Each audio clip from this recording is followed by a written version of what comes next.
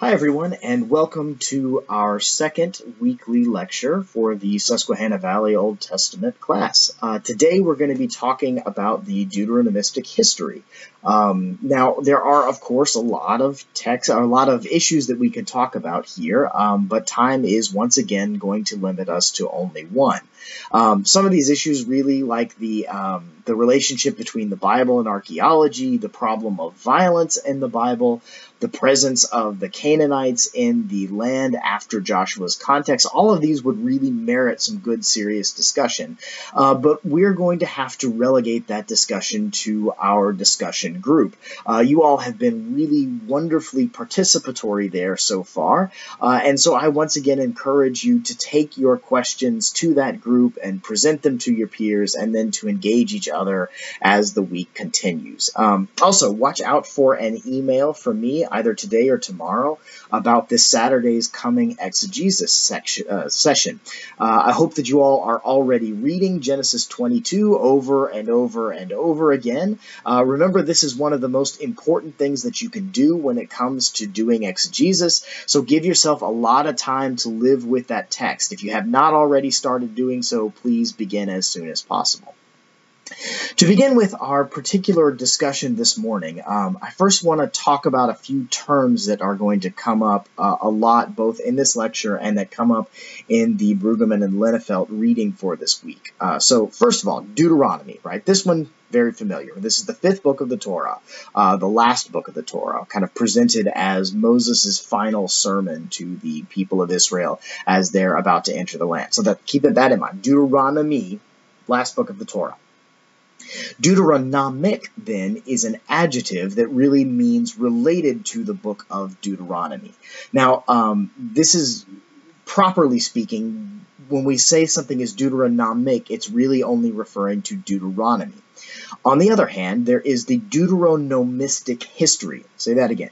Deuteronomistic history, and that is the scholarly proposal for reading and understanding the books of the Bible from Joshua all the way through 2 Kings, but not including the book of Ruth. And reading these books together as a collection that ultimately share a coherent theology, or at least coherent editorial theology, and a theology that is similar to the book of Deuteronomy. Now, this is what's important. The Deuteronomistic history does not include the book of Deuteronomy. It is the books that follow the book of Deuteronomy. Similarly, the word Deuteronomistic, then, is the adjective that refers to this collection, right? So that stands in contrast with Deuteronomic, which properly refers to the book of Deuteronomy itself. The Deuteronomistic, then, refers to those books that follow the book of Deuteronomy. Now, one complication with this is that our textbook, Brueggemann and Linnefelt, is not quite so sharp as it differentiates those terms, oftentimes using the adjective Deuteronomic, which should refer to Deuteronomy only, to refer to the Deuteronomistic history as well. I'm going to try over the course of this lecture to be a little bit more intentional about differentiating them. So if I say Deuteronomic, I'm referring to Deuteronomy. If I say Deuteronomistic, I'm referring to the Deuteronomistic history, the thing that we're really going to be talking about this morning. Likewise, for this week, we really need to be careful about the term Israel.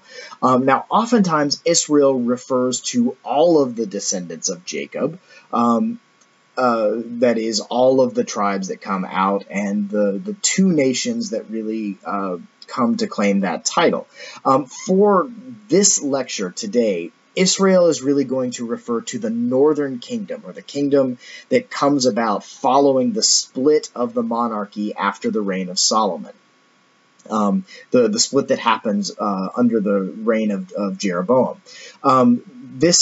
So for our purposes then, Israel is also the same as Samaria, which is really the capital of Israel, but is used as a term for the nation as a whole, and Ephraim, which is one of the dominant tribes, but is also used as just simply to refer to the northern kingdom as well.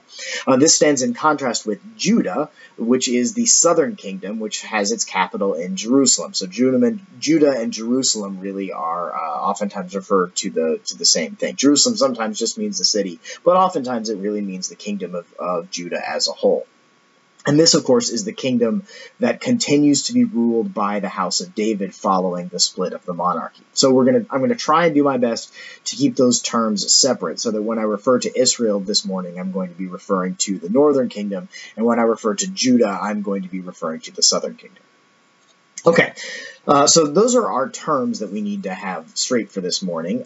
But as we talk about the Deuteronomistic history, there are a few key theological concepts that I want us to keep in mind and kind of have as broad ideas for what we're talking about here.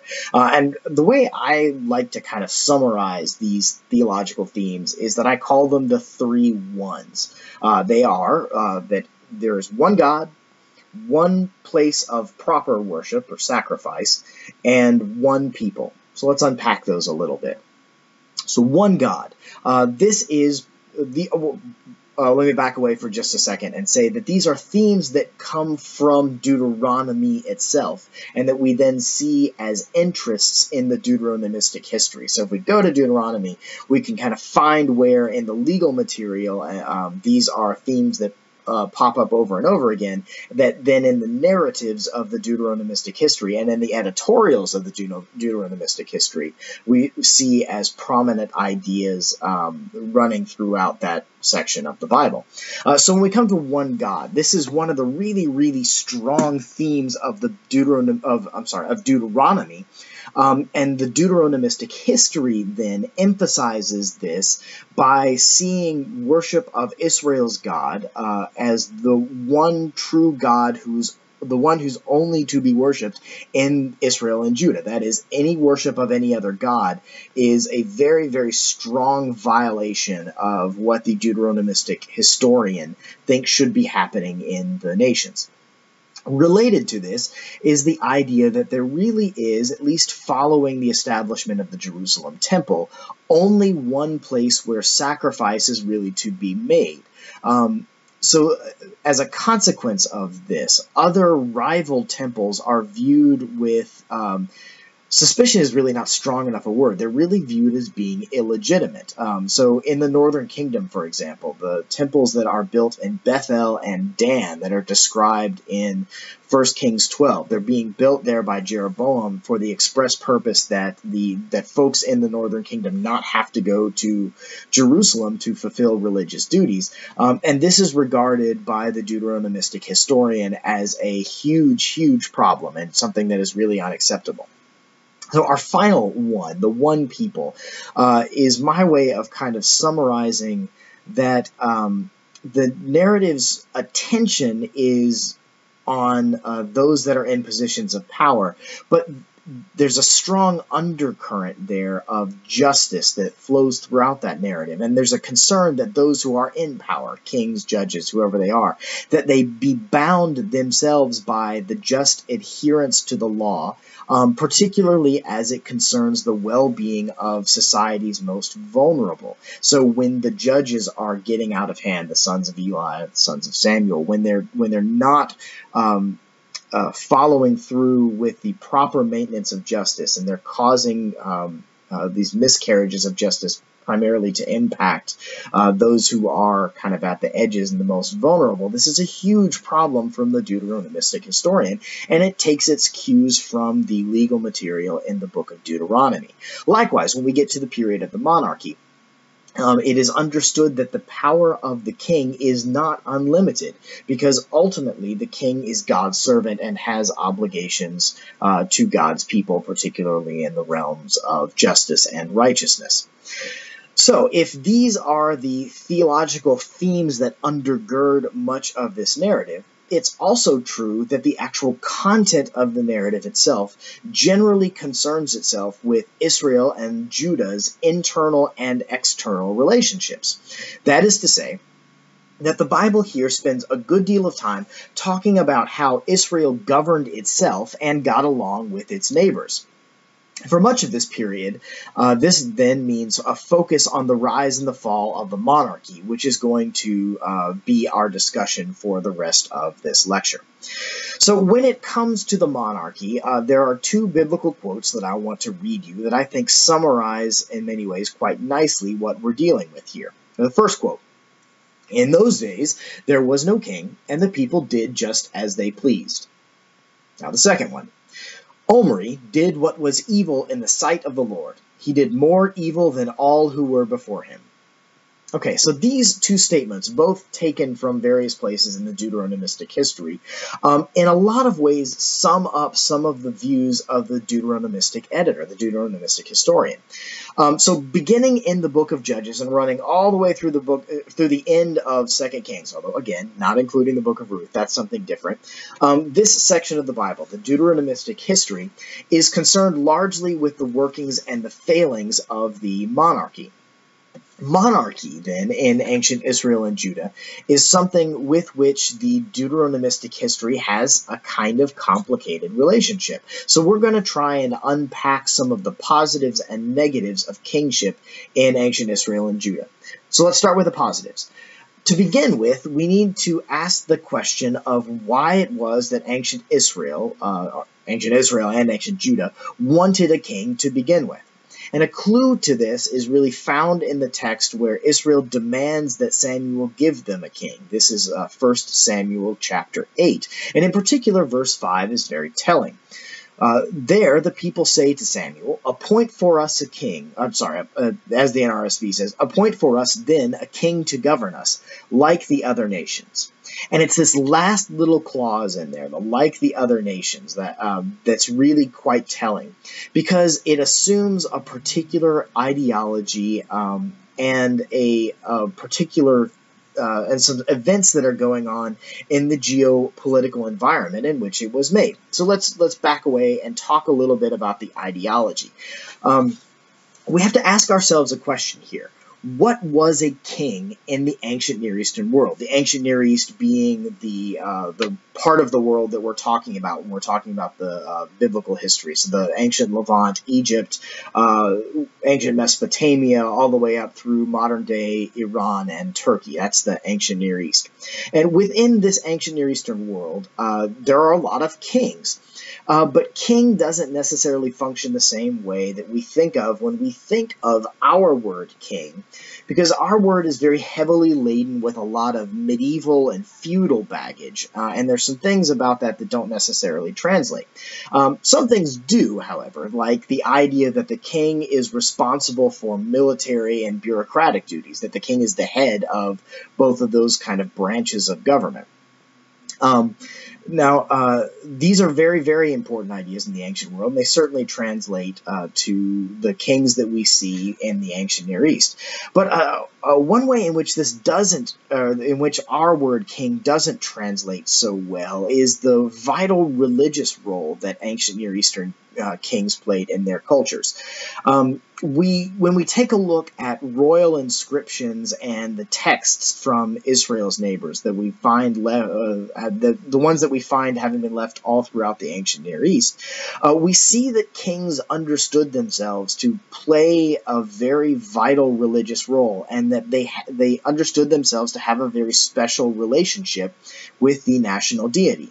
Oftentimes, they spoke of having been chosen by their god, selected because of some sort of particular quality that they had that made them suitable for the throne. And oftentimes, really, this relationship is so strong that we see the king taking on a title as the son of that god. This is a very, very common ancient Near Eastern title. And occasionally, though this is less common, occasionally kings seem to have ascribed to themselves divine status. Again, not as common, but it does happen. Because of the special relationship between the king and the god, the king could also be seen as the vessel through which divine blessing was transferred to the nation as a whole. That is, when the god is happy, that god causes the king to do well, and therefore everybody in the nation wins. You can kind of think of this as an ancient theocratic version of trickle-down economics. Likewise, there's a a priestly role that the king often fills. So in many ancient Near Eastern cultures, there are special liturgical rites that happen during festivals in particular, and the king often has a very, very prominent role in those rites, acting not just as monarch, but as priest, as the mediator between people and the divine. So what about Israel and Judah? Do we see these same kinds of ideas of king really working there as well? They really do show up, and we can see this in some kind of interesting and surprising places. So regarding that religious role, the kind of priestly role that the king plays, there's good reason to see this as part of Israel's religious life as well. So for example, Psalm 2, despite the way that it's later read by Christians as being talked about, as talking about Jesus, really in its original context refers to the king of Judah, the one who reigned in Zion, as fulfilling these very religious and liturgical roles. Similarly, Psalm 110 uses language that will be later picked up by the book of Hebrews, in that it claims that the king is a priest in the order of Melchizedek. So again, what we're seeing is the king of Judah, taking on ritualistic and liturgical roles in those societies. So this is almost without a doubt part of what it means for Israel to have a king as they ask for, like the other nations. We can also see in this statement, one of the places that it really occurs most prominently is toward the end of the book of Judges, and we can see in that statement some of the horror of the story of the Levite's concubine and the fallout that comes from that runs throughout Judges 19 to 21. The implication of this statement seems to be that because there was no king in those days and people did exactly as they pleased, there was a lack of order in society, that there were enormous problems coming about because there was no centralized place to keep the order and to settle disputes between tribes. Hold on to that thought, because we're going to return to it in some of the places where that same statement crops up again. Another factor, though, in the rise of kingship in ancient Israel that is equally as important was the military threat of the Philistines. Now, it's not entirely clear where the Philistines came from, except to say that what we can say is that they came to the Levant from the Mediterranean Sea sometime around the period of the Exodus and the conquest of the land by Joshua. And what's entirely clear is that the Philistines quickly came into contact with the Canaanite inhabitants and were successful in founding a number of cities all along the Mediterranean coast of Levant, stretching from the north in what is now Lebanon all the way down to the south in the area that is now the Gaza Strip. In fact, the Gaza is the name of one of the city-states founded by the Philistines. And when they got there, the Philistines really became the primary antagonists and oftentimes really symbols of God's displeasure with Israel during the period of the Judges, going so far as even capturing the Ark of the Covenant in 1 Samuel 4. Though, important to note, contrary to the plot of the Raiders of the Lost Ark, you should notice that the presence of the Ark was actually quite disastrous, both for the Israelites and for the Philistines. And certainly not the sign of sure victory or something that would make armies invincible. Okay, back to the Bible itself. When we talk about the Philistines, certainly one of their most enduring personalities was that of Goliath, right? The Philistine giant whom David killed with a sling and a rock. So the Philistines really do play important roles themselves in the monarchy narratives and in the narratives that help to establish what the monarchy is in Israel. So wherever they came from, whatever their origins were, it's clear that the Philistines represented a very, very significant military threat for the loosely confederated tribes of Israel. An enormous part of the push for a king, then, was the need to unify and to streamline the tribal military forces under a single royal banner. To that end, the early kings of Saul and then later David were generally successful, though notice that David, when fleeing from Saul, effectively becomes a Philistine vassal himself, finding refuge with and pledging loyalty to the Philistine king Achish while on the run. That is, this relationship then between Israel and the Philistines is a little bit complicated because David seems to actually switch sides. We're told in the narrative, of course, that David is really not doing so in his heart, but he does pledge loyalty to a Philistine king there. So on the one hand, the monarchy was interested in making Israel more like the other nations. And there were lasting benefits to be derived from this, even beyond the monarchy itself. Nowhere is this more significant than in God's covenant with David. So this is, of course, a perpetual covenant that is given without reservation. And it suggests a monarchy that continued to be viewed positively even long after the kings themselves were gone from the scene. And this covenant really is such a strong theological idea that it proves very, very fertile ground for exilic, post-exilic, and later on messianic theology. But the monarchy had a dark side as well, and we would be remiss if we missed this while reading these narratives. So, for example, of the 19 kings of Judah, only 8 are judged positively, and only 2 of those 8 really only get that positive judgment with some reservation. And not a single one of the Israelite kings, the kings of the northern kingdom, gets a positive evaluation. Why? Well, this had to do primarily with the theology that we discussed earlier, the 1-1-1 theology, one God, one place of worship, one people. The primary problem is that the Deuteronomistic historian, the primary problem that the Deuteronomistic historian has with the kings is their propensity to promote or allow worship of other gods. Almost as bad as that promotion of the worship of other gods is the establishment and then continued existence of temple sites that are not in Jerusalem, especially these sites that exist in the north. So too does Samuel's warning in chapter 8 of the 1 Samuel prove true. So for fun, pick up sometime and read 1 Kings 9 to 10, which at first glance seems to be presenting the Solomonic kingdom in all of its wonderful glory and splendor. But then go back a little bit and read Deuteronomy 17, which is oftentimes called the law of the king. All of a sudden, all of those things in 1 Kings 9 to 10, which seem to be signs of blessing and glory, now seem to be acts of selfish aggrandizement and a turning away from what God demands. If we return to the statement then, in those days there was no king and the people did just as they pleased, now that statement seems to have a certain kind of nostalgic ring for the period before the king. A remembering of a time when there was no king who could force his subjects into involuntary labor and excise these burdensome taxes while building grand structures for himself and building out his coffers.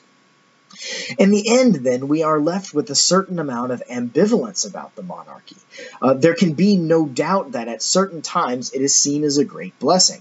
God's covenant with Abraham, Solomon's construction of the temple, and his asking for and receiving this incredible wisdom, and ultimately, really, Josiah's reforms and reinstitution of the law. All of these constitute high watermarks remembered as a time when God's blessing was particularly abundant.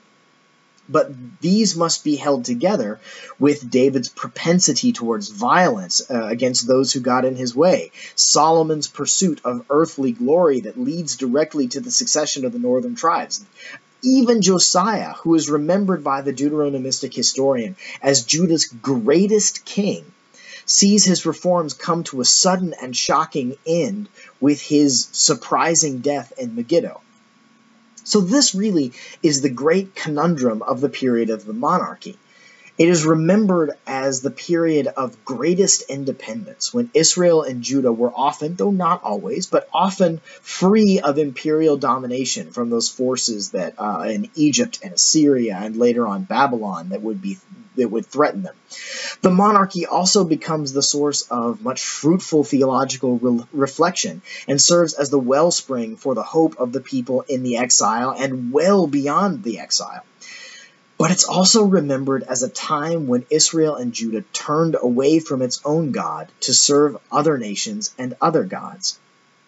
So in the end, when it comes to preaching, there's a lot of fruitful things to work with here. So on the one hand, the enormously important concepts like the unconditional and the perpetual Davidic covenant showcase God's unbounded and abundant grace.